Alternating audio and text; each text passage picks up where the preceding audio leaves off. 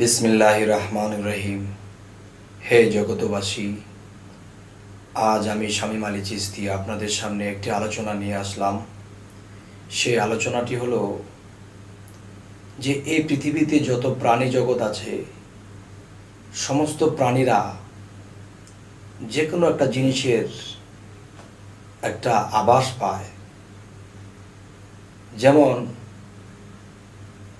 আমরা বলে থাকি যে আমরা সর্বশ্রেষ্ঠ জাতি, আমরা মানব জাতি, আমরা আশরাফুল মাখলুকাত, আমরা শ্রেষ্ঠ, এই কথাটা বলা হয়। কিন্তু এই কথাটা বলা হয় ঠিকই, এটা শুনে শুনে, কিন্তু বুঝে বলা হয় না। যে মানবের ঘরে জন্ম নিয়েছি, কিন্তু যেই মানুষ হইলে মানুষ শ্রেষ্ঠ হয়, সেই মানুষ তো হওয়া গেল না। যদি আমরা সেই প্রকৃত মানুষ হই, সেই মানুষ কারা? অলিয়া যাহারা আছে, এবং দেখা গেছে নবী রাসূল যারা ছিল, এরা মৃত্যুর খবরটা পর্যন্ত বলে গেছে যে এমুক দিন এমুক তারিখে আমি চলে যাব। তো এখন বিষয় হলো, এই কথাগুলো তারা বলে গেছে, বহু বহু আউলিয়ার বেলায় তা সঠিক হয়েছে। তাহলে যার মৃত্যুর খবর সে বলে যেতে পারে, সে পিছনের এবং সামনের কিছু বলে যেতে পারে, তাদেরকেই তো শ্রেষ্ঠ মানুষ বলা উচিত। আর কিভাবে আমরা সাধারণ যারা, কিভাবে আমরা শ্রেষ্ঠ মানুষ, আশরাফুল মাখলুকাত আমরা কিভাবে দাবি করি? দেখা যায় বরিশালে একবার যখন সিডর হবে, সিডর হওয়ার আগে দিয়ে তখন নদীর পানিগুলো টান দিয়েছে উল্টা দিকে, তখন মাছগুলো লাফাইতে শুরু করেছে। তখন মানুষে ওই মাছগুলো দেখে তারা মাছ টোকাইতে শুরু করলো। কিন্তু বনের যে জংলার যে হরিণ, এই হরিণ কিন্তু উল্টো দিকে দৌড়াতে শুরু করেছে। তারা দৌড়াতে শুরু করেছে মানুষ সমাগম যেখানে, সেই দিকে দৌড় শুরু করেছে। কারণ কি? তারা আভাস পেয়ে গেছে যে সিডরটা আসতেছে। কিন্তু মানুষ হয়ে খবর পাইল না, বুঝলো না। তারা উল্টো যেই জায়গাটা পানি টান দিয়ে সরে গেছে, আবার পানিটা আসবে উপর দিয়ে, এই খবর নিয়ে তারা মাছ টোকাইতে শুরু করলো। তাহলে কিছু কিছু প্রাণী জগতেরও প্রাণীরা আছে যে আগাম কিছু আভাস পেয়ে যায়, কিন্তু আমরা মানুষ হয়ে পারি না। তাহলে শ্রেষ্ঠ মানুষ কিসে? যে আশরাফুল মাখলুকাত হলো মানুষ, এই কথাটা শুনে শুনে বলে, কিন্তু বুঝে বলে না। কিন্তু শ্রেষ্ঠ মানুষ যদি আমাকে বলি বা আমাদেরকে বলি, তাহলে সেই শ্রেষ্ঠত্ব আমাদেরকে লাভ করতে হবে। আমি একটি উদাহরণ রাখবো, উদাহরণ নয়, কথাটি সঠিক, এটা কোনো যুক্তিও নয়, সঠিক।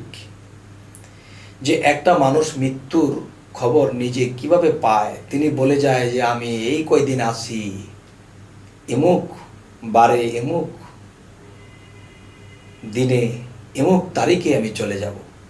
কিভাবে বলে যায়?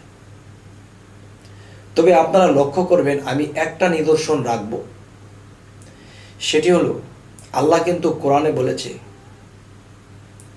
যে সূর্য ওঠা হইতে ডোবা পর্যন্ত এখানে জ্ঞানীদের জন্য একটা নিদর্শন রাখা আছে।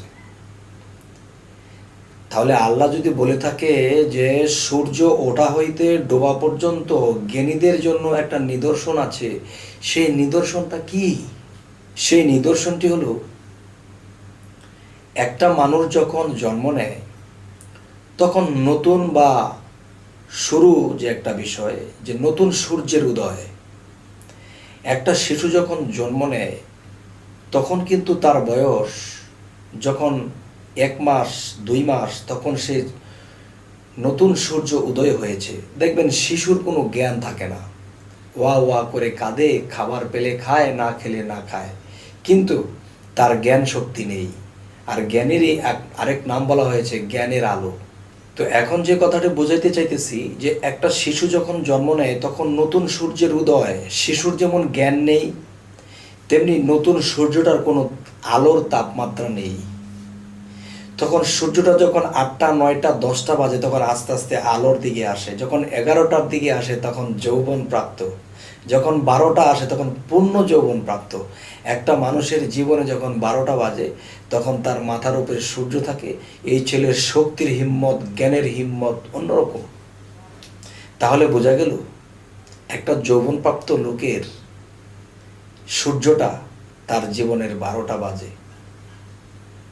তাহলে যখন 2টা বাজলো তখন আমি ভার্টিকাল, যখন 4টা বাজলো তখন আমি নিম্ন ভার্টিকাল,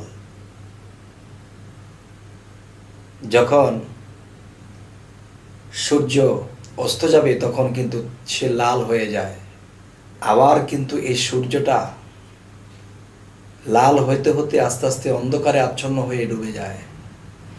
যেরকম একটা মানুষ জন্ম নিয়েছিল, অজ্ঞানতা থেকে আস্তে আস্তে জ্ঞানের দিকে গেল, এরপর মানুষ যখন বৃদ্ধ হয় তখন কিন্তু আবার অজ্ঞানের মতো হয়ে যায়, বাচ্চাদের মতো হয়ে যায়, আবার সে শিশু হয়ে যায়।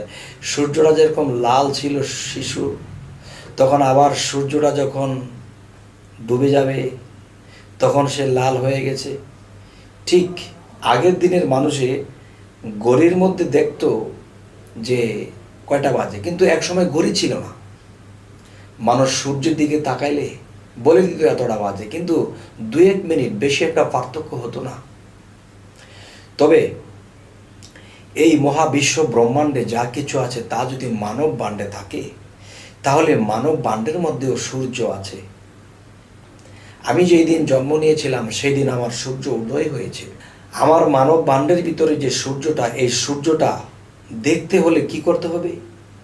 সাধনা করতে হবে এবং পৃথিবীর অনেক কিছু ত্যাগ করতে হবে এবং মুর্শিদ নামের রাসূলের প্রেমে ফানা হতে হবে এবং সেই রাসূল রূপে খোদার দর্শন ঘটাইতে হবে।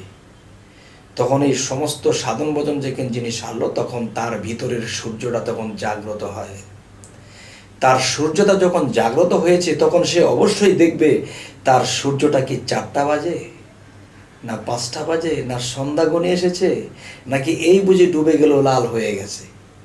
তখন তার নিজের দেহের ভিতরে যে সূর্য সেটাকে দেখে তিনি বলে যাবে আমার সময় হয়ে গেছে, আমি আর অল্প কতক্ষণ আছি।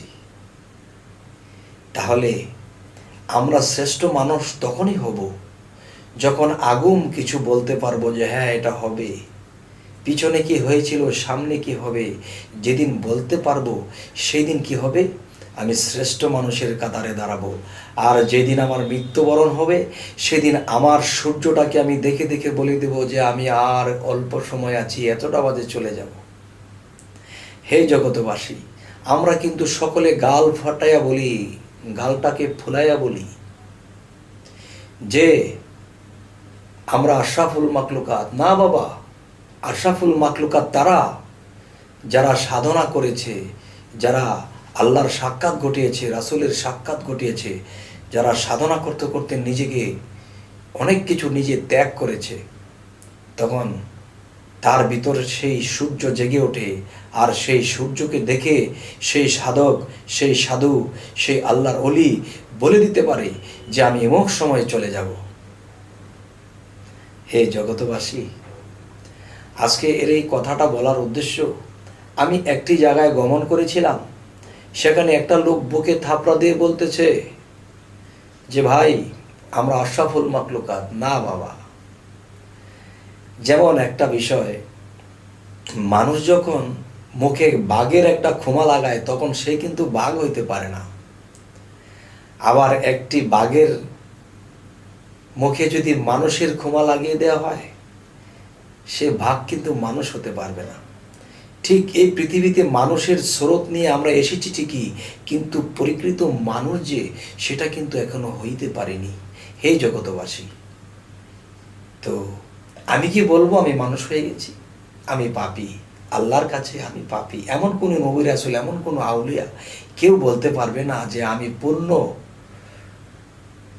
আমি পাপ থেকে মুক্ত, আমি পূর্ণ নিষ্পাপ। এ কথা কেউ বলতে পারবে না। যদি নিষ্পাপ থাকেও তবুও নিজেকে পাপী বলবে, তখনই তো আল্লাহ খুশি হয়। দেখো রে, সে এত নিষ্পাপ মানুষ তবু নিজেকে পাপী বলে। হে জগতবাসী, আজকের এই কথাগুলোর মূল উদ্দেশ্য এটাই যে আমরা শ্রেষ্ঠ মানুষ তখনই হব যখন সাধনা করব, মুর্শিদের দেওয়া সাধনাগুলো করব, জীবনে অনেক খারাপকে ত্যাগ করে দেব এবং ধ্যানের দেশে ডুবে যাব।